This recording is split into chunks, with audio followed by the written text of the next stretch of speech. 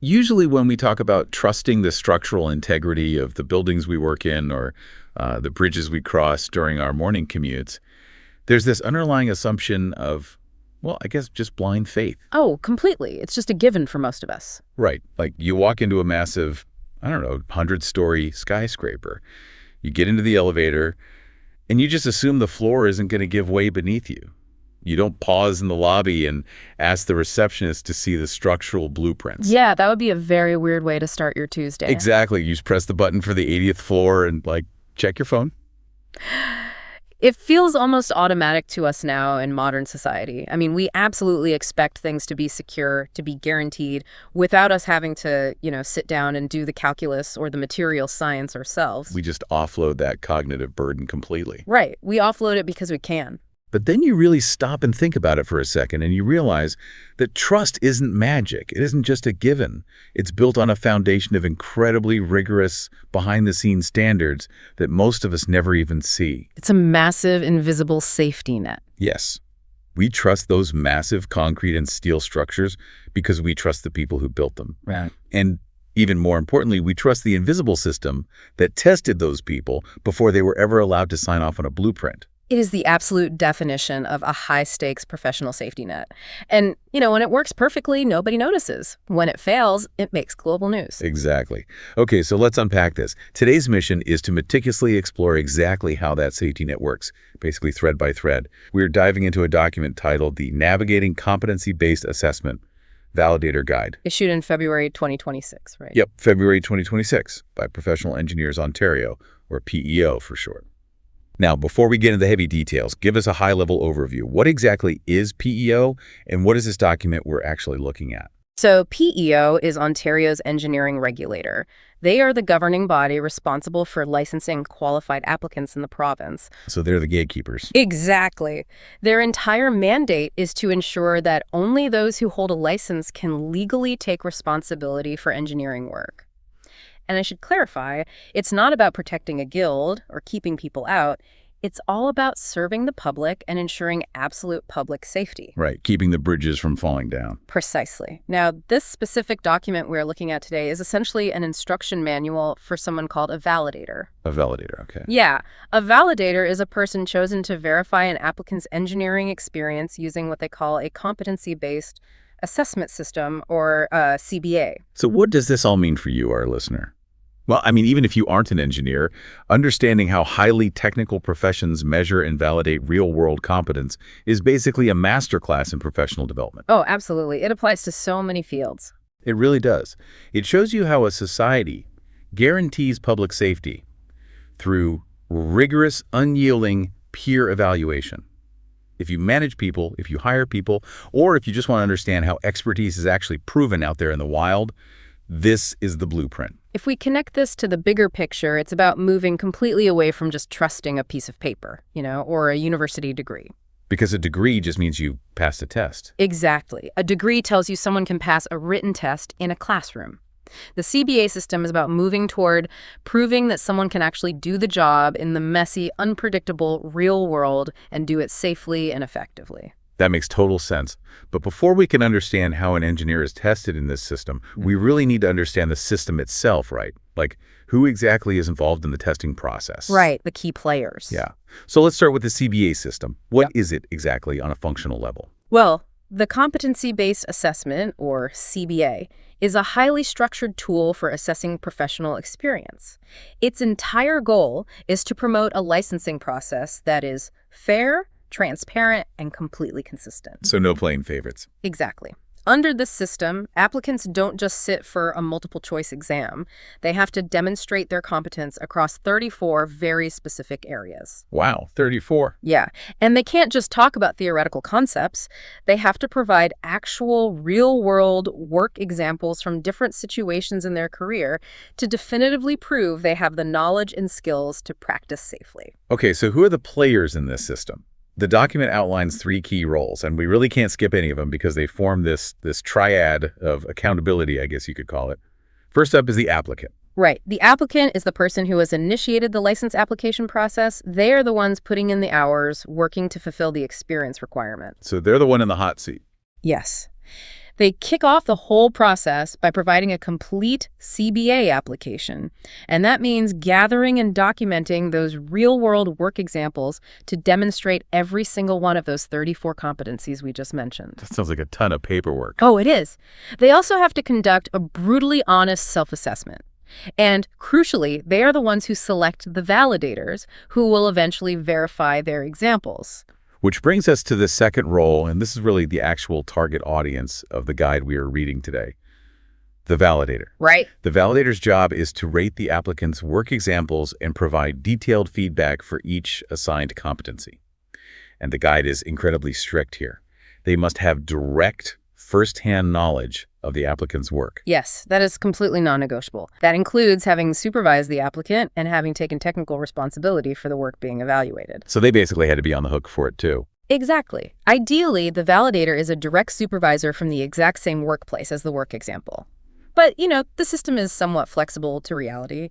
Validators can also be managers, mentors, clients, or even colleagues from other workplaces. Oh, okay. So it doesn't just have to be your immediate boss. Right. The absolute key is that even if they didn't work directly with the applicant at the exact time the work example took place, they need to have enough deep first-hand knowledge about the applicant's skills to objectively validate and rate them. Got it. For instance, a current supervisor could validate a past work example from a previous job, assuming they've worked with the applicant long enough to truly understand their foundational skill level. But the guide explicitly notes that the closer a validator has worked with an applicant, the stronger the application becomes. The people making the final decisions look really closely at this relationship. Oh, absolutely. They want to see that proximity. In fact, they evaluate family members acting as validators on a strict case-by-case basis for, obvious reasons of bias. Right. You can't just have your uncle sign off on your engineering license. Exactly. Now, here's where it gets really interesting to me. There are highly specific rules regarding where the work actually took place. Yes, the geographical rules. Yeah. So for examples of work performed inside Canada, the validator must have been licensed as a professional engineer, a P.Eng, in Canada at the time the work was carried out. You can't just have an unlicensed manager sign off on your engineering hours. Exactly. And for experience gathered outside of Canada, the bar remains incredibly high and highly specific.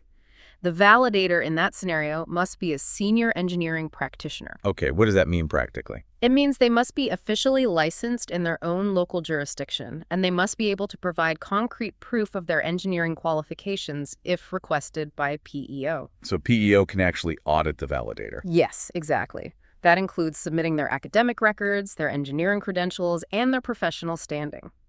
The system does not lower its standards just because the work happened across a border. It totally makes sense. It's a lot like being an expert witness in a high-stakes trial. You can't just have your best friend take the stand and vouch for you saying, yeah, they're great. Right. You need someone whose own professional credentials lend objective, irrefutable weight to their testimony, and that testimony has to be based on first-hand observation. Also, I noticed that applicants and validators have to provide their ratings entirely independently of each other. And while an applicant can have multiple validators for different parts of their career, they can never assign more than one validator to the same specific competency. That's right. One validator per competency to maintain a clear line of accountability.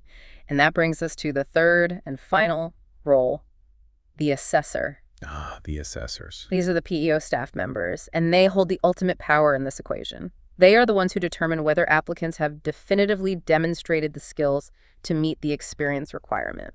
Right. The guide makes it abundantly clear that the assessor's ratings alone are what determine readiness for licensure. The ratings provided by the validator and the self-ratings from the applicant, they are purely supplementary. Right. They're essentially just evidence. Exactly. They assist the assessors, who review the entire submission, score each competency themselves using the rating scale, and make the final binding recommendation on licensure. It really is a brilliant system of checks and balances when you step back and look at it. The applicant self-reports their abilities, the peer validator corroborates those abilities based on first-hand observation, and the objective regulatory assessor makes the final unbiased judgment to protect the public. So thinking about all this, I have to ask you, the listener, have you ever had to formally validate or vouch for a colleague's professional skills? And how did you ensure you were being completely objective and not just doing a favor for a friend? That's a fantastic question to transition on because once we understand who the validator is, we need to know exactly what they're expected to do when they actually get the call to serve. Right. This brings us to the formal validation process itself. Yes. The guide lays out a very strict 4-step process for the validator. Step 1 seems simple enough on the surface. Look for an email with a secure link to the PEO portal where you will eventually find the applicant's submission. And, of course, they specifically remind you to check your spam folder, which is just classic modern bureaucracy. Classic. But step 2 is where the heavy lifting immediately begins. Once you click that link and log into the portal, you are asked to formally confirm your suitability to assess the applicant's experience for those assigned competencies. You have to declare that you are the right person for the job. But wait, let's push back on that for a second. What if I get asked to validate someone, maybe a former junior engineer I managed 3 years ago, but I just don't feel comfortable doing it? That happens more often than you'd think. Right, like maybe I don't remember their work well enough, or honestly, maybe I don't think they were very good and I don't want to be responsible for putting my name on their application. What then? The guide covers that exact scenario explicitly. If you answer no in the portal and decline to validate because you are unable or unwilling to verify the work experience, you must provide a reason to PEO. Oof, that could be awkward. Well, what's fascinating here is how the system handles that refusal. That feedback, and in fact, any other feedback you provide throughout the process, is entirely confidential. Oh, really? Yes, it is strictly hidden from the applicant. PEO protects this under their privacy policy for collecting, using, disclosing, and retaining personal information. Okay, that confidentiality has to be crucial for getting honest, unvarnished assessments. Yeah. If I knew the person I was evaluating was going to read my critique, I might, soften the blow. Yeah. But if it's shielded, I can be brutally honest to protect the public. Exactly. Okay, let's assume you accept. Step 3. You review the applicant's submitted work examples, and you rate their experience level for each competency on a numerical scale from 0 to 5. Which we will get to in a minute. Right. You have to constantly refer to Appendix B, which we will get to in excruciating detail shortly, to see exactly how progressive experience levels correspond to a specific number. You're also asked to provide written comments on the examples where possible, because a number alone lacks nuance, and those comments offer the PEO assessors vital additional context. Finally, you arrive at step 4. You submit your ratings. But there's a mechanical catch in the system. You can only submit the ratings after you have finished validating all of your assigned competencies. You can't just do half of them and hit submit. Yeah, it's an all-or-nothing submission button. Once you complete everything and hit submit, PEO automatically notifies the applicant that their validation has been received, though again, they don't see the scores. So putting yourself in those shoes for a moment, if you received an email today asking you to confidentially evaluate a former coworker's competence knowing they wouldn't see it, but a regulatory body would use it to determine their career, would you feel prepared to do it fairly? It's a remarkably heavy responsibility, and that responsibility relies entirely on one thing: deeply understanding the grading system. The numbers. Yes. The validator's primary job is assigning that number from 0 to 5. But what do these numbers actually mean in the messy, real world of engineering? Let's unpack the matrix. This is Appendix B, the Competency Rating Guide. It is the heart of the whole process. Every single score evaluates 3 very specific metrics. First, the amount of supervision the applicant needed. Second, the level of responsibility and risk involved in their work. And third, the complexity of the work itself. Right, those are the 3 pillars of the score. And the definitions actually shift slightly depending on whether you are looking at Category 1, Categories 2 through 6, or Category 7. We are going to go through every single level so we fully grasp what an engineer has to prove. Let's start at the very bottom, Level 0. In summary, a Level 0 means the applicant has little or no experience with the competency. They require significant supervision, and they are dealing with minimal responsibility, minimal risk, and minimal work complexity. So they're just starting out? Basically. Functionally, the applicant cannot independently perform tasks of minimal risk and requires constant ongoing intervention just to ensure basic safety. To make this relatable, imagine our hypothetical applicant. Let's call her Maya. She's a civil engineer.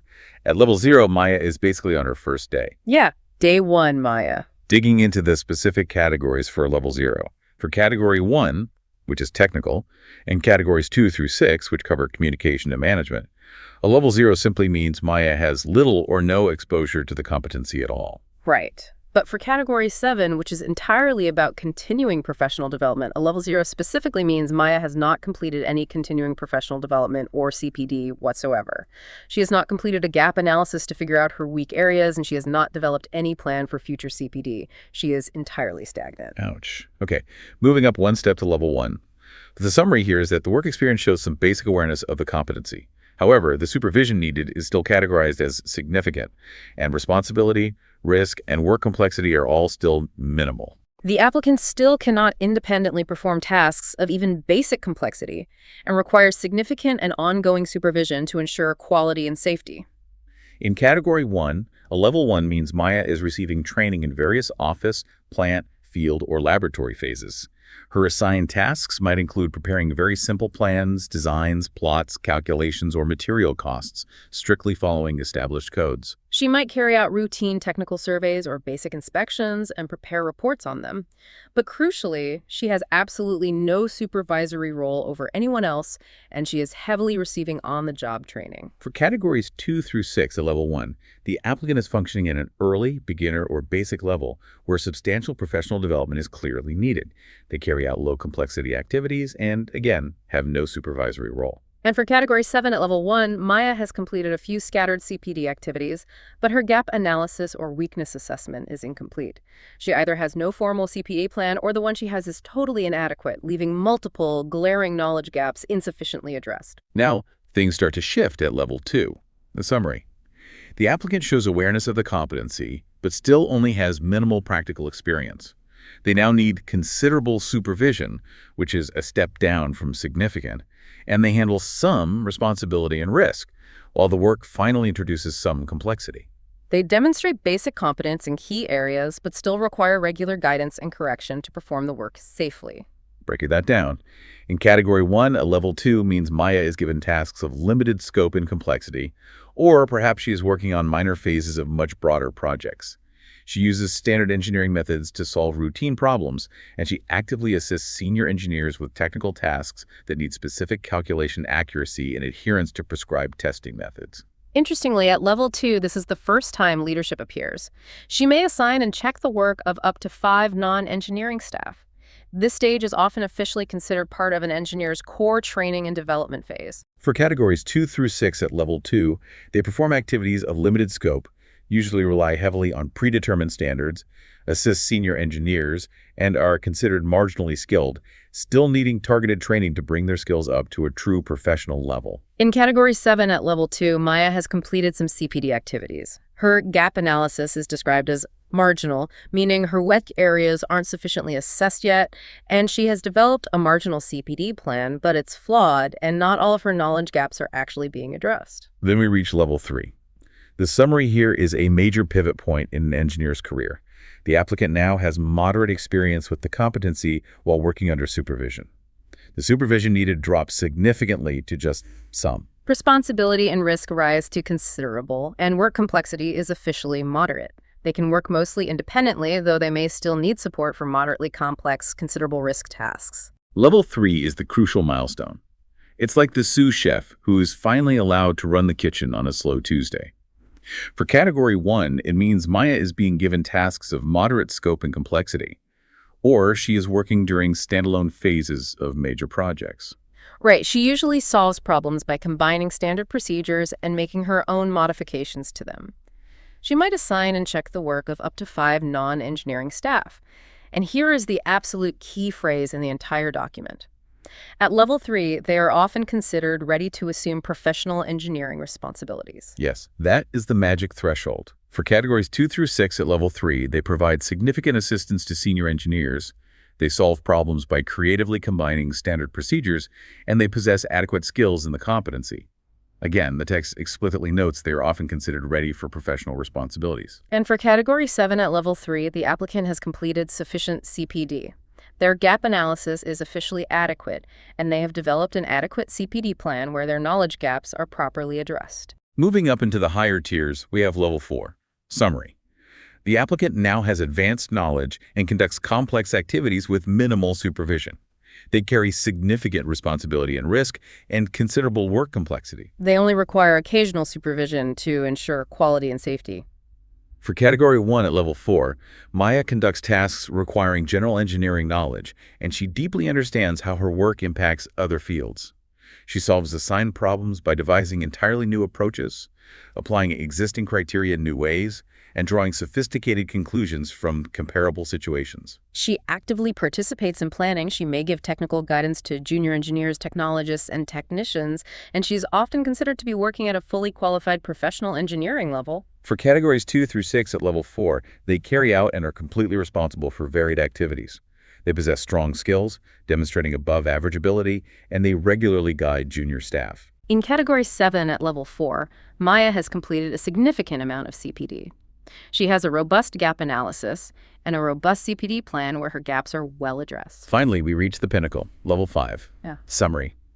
Shows the ability to carry out competency activities with advanced skills and complexity completely without supervision. Supervision needed is explicitly none. Responsibility and risk are total. Work complexity is significant. They can independently perform highly complex, high-risk tasks safely and effectively every single time. Let's look at the Category 1 details for Level 5. Maya now applies extensive engineering knowledge to massive projects, independently planning and coordinating highly complex tasks.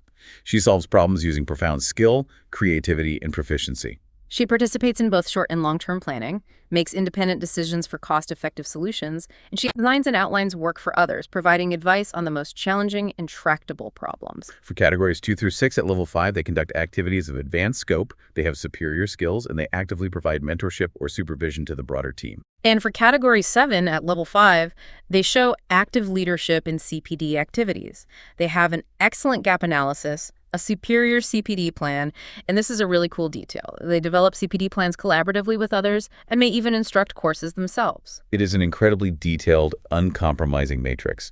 It entirely removes the guesswork from what it means to be good at engineering. It really does. So, thinking about your own current role, no matter what your profession actually is, where would you rate yourself, honestly, on a scale from 0 to 5, based purely on how much supervision you require to get your job done safely? With that scoring system deeply understood, it's time to look at exactly what is being scored. We begin with the foundational category of the entire system. Category 1, technical competence. Category 1 requires an applicant to show the definitive ability to integrate safety regulation, technical codes, and standards into project design. There are 10 distinct competencies here, and an applicant needs to achieve a minimum average score of 3 across the entire category to pass. 10 competencies is a lot. It is. Let's walk through all 10, starting with Competency 1.1, and let's keep thinking about our hypothetical engineer, Maya, who is designing a massive new transit hub. Okay, Competency 1.1 requires Maya to demonstrate deep knowledge of the regulations, codes, and standards used in Canada, or the international equivalent, including relevant local engineering procedures and practices. This is marked specifically as a professional standards competency. What does that mean practically? That means it has a strict, non-negotiable minimum rating requirement of 3. You cannot be a level 2 here and hope to make up for it elsewhere. You must hit a 3. The guide lists 7 highly specific indicators for 1.1 that the validator must look for. First, Maya identified and strictly complied with legal and regulatory requirements for her transit hub activities. Second, she used her knowledge of codes and regulations when specifically choosing design materials, like knowing exactly what grade of steel is legally required for a load-bearing column. Third, she prepared reports actively gauging project compliance with regulations and codes used in Canada, or the international equivalent. The fourth indicator is a great one. Recognizing the need to design for code compliance while simultaneously ensuring buildability. You can't just design something that is technically legal but impossible for a human being to physically build on a construction site. Right, it has to work in reality. The fifth indicator requires identifying relevant provincial, territorial, regional, and Indigenous codes, standards, or practice guidelines. And if the project occurred outside Canada, Maya would have to explain exactly how these applied in her local jurisdiction. Regarding that international experience, the guide explicitly gives a fascinating example. It cites an applicant working at Shell Nigeria using the exact same American Petroleum Institute standards as someone working for Shell Canada. The rules translate. The engineering physics and the rigorous safety standards don't change just because the geography does. Exactly. Moving to the sixth indicator for 1.1, Maya integrated her knowledge of provincial, regional, and Indigenous codes and regulations directly into her design materials. And the seventh indicator, She recognized the need to actively respect regional traditions and indigenous regulations on the project. Next is Competency 1.2, which requires a minimum rating of 1. Here, Maya must understand the materials, operations, project, and design constraints that best fit the purpose and can address interdisciplinary impacts. There are 2 indicators here. First, showing practical knowledge of constraints like cost, design, materials, labor, time, budget, and production. Second, showing knowledge of and actively coordinating with other engineering and professional disciplines. A transit hub isn't just structural, it's electrical, environmental, and civic. Competency 1.3 is about analyzing technical risks and proposing proactive solutions to reduce them, also with a minimum rating of 1. It has 4 indicators. 1, showing knowledge of system protection and damage or hazard mitigation. 2, identifying risk areas, including their root causes and potential impacts. 3, creating concrete plans to manage and reduce those risks.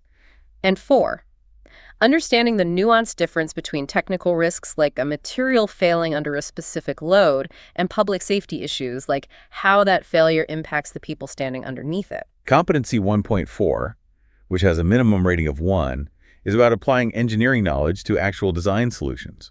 The 3 indicators are preparing technical specifications, using theory and calculations to arrive at those solutions, and developing a unique design solution that simply wasn't possible, using standard off-the-shelf methods. Competency 1.5, minimum rating 1. Maya must understand solution methods and be able to independently verify the results. Indicator 1, understanding the underlying engineering principles used in computer design programs and clearly explaining the methods used to verify those results. And indicator 2, independently reviewing and validating solution or analysis methods. I love this one because it means she can't just trust the software blindly. If the computer says the transit hub roof will hold, Maya has to be able to prove the math herself. Then we hit Competency 1.6. This is another massive professional standards competency, requiring a strict minimum rating of 3. It demands that, the safety regulations, codes, and standards used in Canada or the equivalent international standard. There are 6 intense indicators here. 1, identifying or actively participating in reviewing safety considerations, procedures, and equipment related to system operations. 2, reviewing and incorporating safety and system operating procedures. 3, showing highly specific knowledge of safety regulations. 4, including safety considerations deeply in the design and in all other professional activities. 5, understanding and directly addressing associated safety risks. And 6, identifying necessary protective equipment and process modifications to manage safety risks on the ground. Competency 1.7, minimum rating 1, focuses on understanding systems and the components of those systems. The 3 indicators are understanding each individual element in a process, showing a holistic understanding of the entire system's behavioral interactions and limitations, and managing processes within a system, including monitoring and modifying them on the fly to get the best possible results. Now, for Competency 1.8, minimum rating 1, Maya must prove she has been exposed to the entire stages of a process or project lifecycle, from the initial concept and feasibility analysis all the way through to final implementation. The guide explicitly demands an understanding of stakeholder roles across 6 very specific stages. Let's list all 6 because they map the entire life cycle of creation. First is identification, generating an initial project idea and a preliminary design. Second is preparation, developing a highly detailed design addressing technical and operational aspects. Third is appraisal, deeply analyzing the project from technical, financial, economic, social, institutional, and environmental perspectives. Fourth is specifications and tender document preparation, creating the actual tender documents, inviting and opening tenders, conducting pre-qualification of contractors, evaluating their bids, and finally, awarding the work. Fifth is implementation and monitoring, conducting the project activities while constantly monitoring progress and feedback. And sixth is evaluation, conducting periodic project reviews and providing critical feedback for the next cycle. Competency 1.9 is our next professional standards competency, again needing a strict minimum rating of 3. Maya must deeply understand the roles of peer review and quality management. 6 indicators here. First, performing rigorous checks, including physical field checks, to definitively confirm design validity. Second, strictly following quality management principles like guidelines on document authentication, the legal use of the engineering seal, reviewing work prepared by others, and other regulatory policies. Third, developing quality control plans outlining testing frequency and test parameters. Fourth, critically reviewing test results, assessing their adequacy, and proposing corrective actions.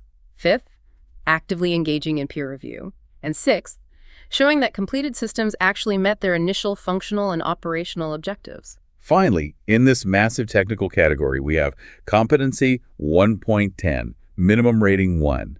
You must be able to transfer design intentions and complex information into clear drawings and design documents. The 4 indicators are reviewing the designs of others and creatively suggesting alternatives, clearly communicating ideas to team members, recognizing the immense value of project completion reports and lessons learned reports for future projects, and creating sketches, notes, and documentation for proposals and final drawings for client and regulatory approval. That is a staggering amount of technical rigor, and it's only Category 1. Of all those technical steps we just discussed, from the initial concept to the final quality control checks, which phase do you think is most vulnerable to human error? It's a great question to ponder, because as we're about to see, engineering isn't just about the math and the materials, it's about explaining those designs to other human beings and, frankly, paying for them. This brings us directly to categories 2 and 3, which cover communication and project and financial management. Let's dive into Category 2, communication. Here, applicants like Maya must demonstrate the ability to communicate highly technical and non-technical information to diverse audiences through reports, presentations, and meetings. The minimum average required for this entire category is a 3. There are 3 competencies. Competency 2.1 is verbal communication, minimum rating 1.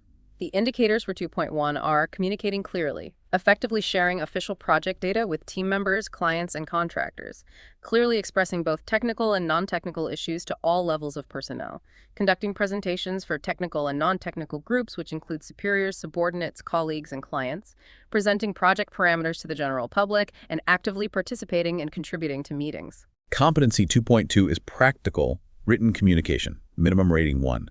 The 8 indicators are tailoring communication specifically to the intended audience, writing and reviewing complex technical documents, writing clear memos and reports for both technical and non-technical personnel, using drawings and sketches to visually show key concepts, writing a comprehensive report on a technical subject, writing a detailed report on field observations, receiving formal training in technical report writing, and showing basic proficiency in standard office software like Excel, Word, and Outlook. Then we have Competency 2.3, which is another professional standards competency, and this one requires a minimum rating of 3.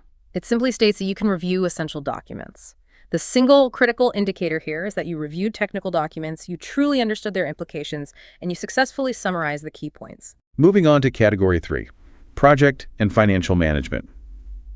The minimum average required here drops slightly to a 2. There are 5 competencies in this section. Now, I have to push back a little here and play devil's advocate. Why does a structural engineer, someone whose primary job is to ensure a transit hub roof, doesn't cave in on 1,000 commuters need to be graded on financing contracts? Shouldn't the accountants handle that? It's a common question, but if we look closely at the competencies, the answer becomes painfully clear. A perfect structural design is entirely useless to society if it bankrupts the project and never actually gets built. Engineers operate in the real world where resources are finite. They have to manage budgets, project schedules, and client expectations while constantly adapting to unforeseen changes. If you design a bridge that costs 10 times the city's budget, you haven't solved the engineering problem. That makes a lot of sense. Let's look at the breakdown. Competency 3.1 is understanding project management principles, minimum rating 1.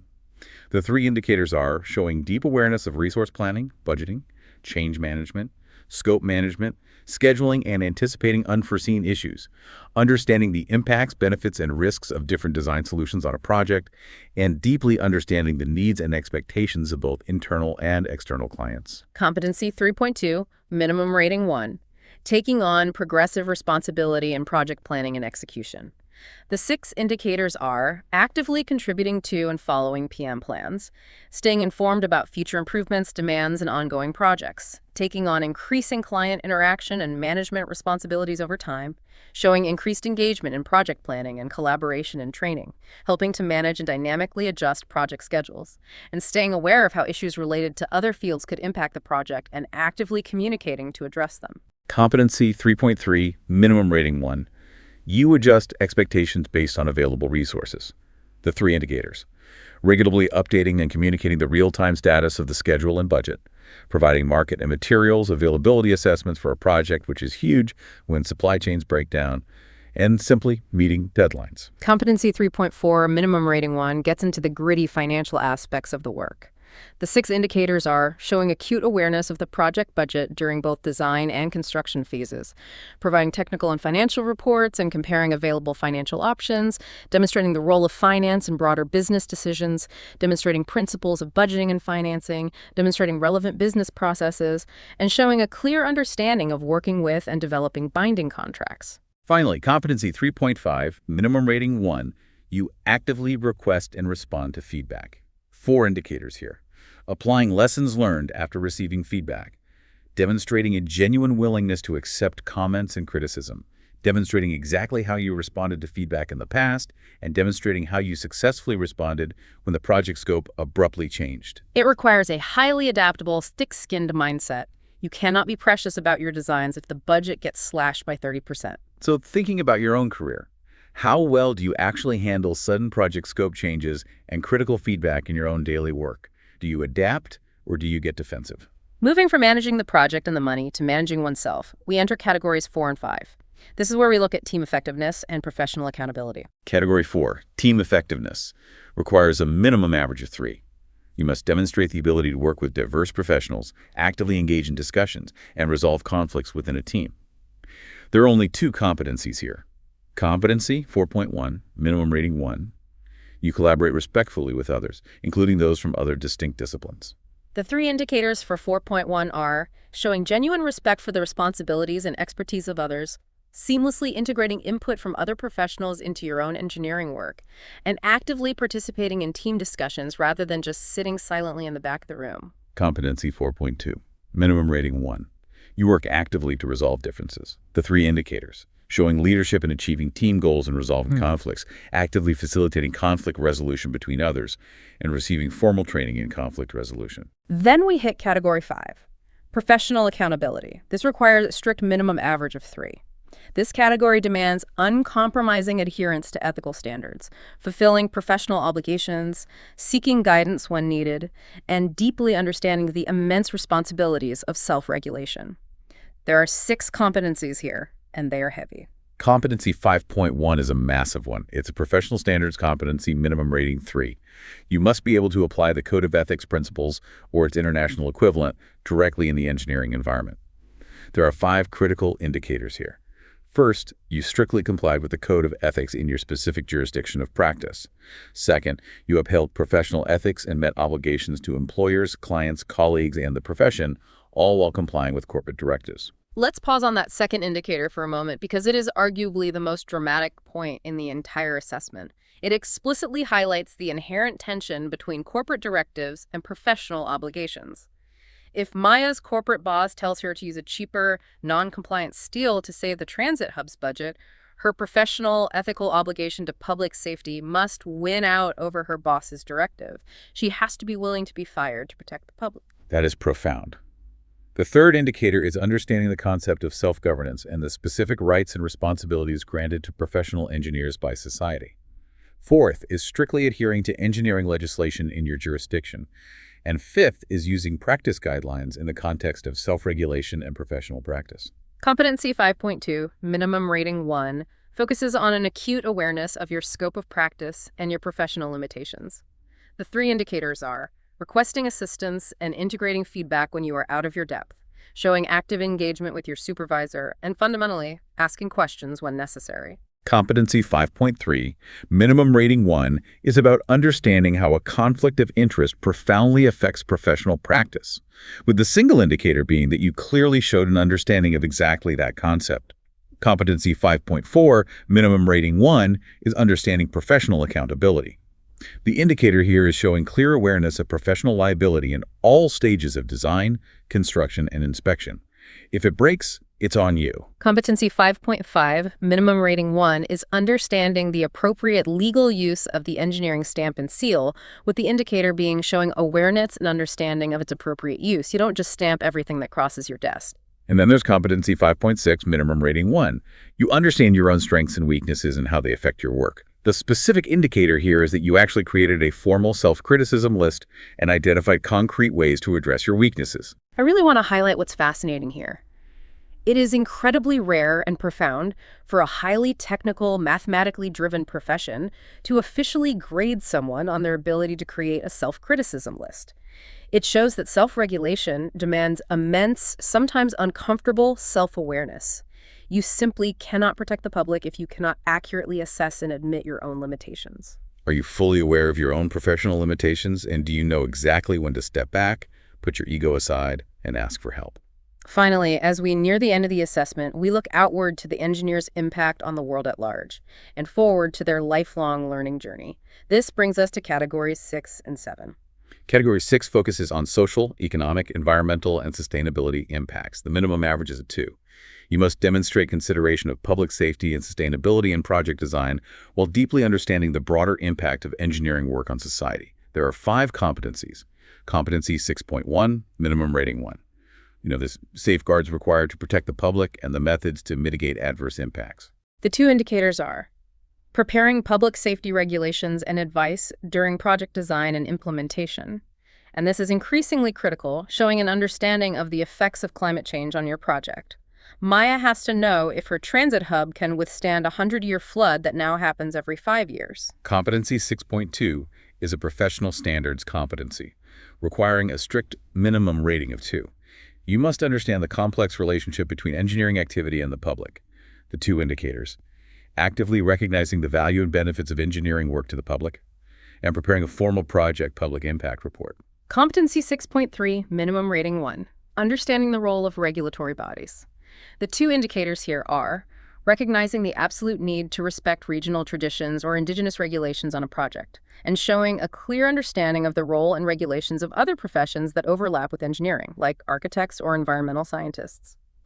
Competency 6.4, minimum rating 1. You are fully aware of specific sustainability clauses added to practice guidelines applicable to your area. The indicator is demonstrating exactly that awareness in your daily work. And Competency 6.5, minimum rating 1, you actively consider how sustainability principles could be applied and promoted in your specific engineering work. The 2 indicators are including a comprehensive sustainability analysis in a project description or proposal, and making actual revisions during project design and implementation to improve sustainability, and being able to list those specific revisions. Which leads us to the final category of the entire system, Category 7, personal continuing professional development, minimum average 3. This category ensures an engineer is never resting on their laurels. They must continuously engage in self-directed and formal learning, address knowledge gaps, and participate in professional communities. The license is not the finish line. There are 3 competencies here to close it out. Competency 7.1, minimum rating 1. You demonstrate completion of professional development activities.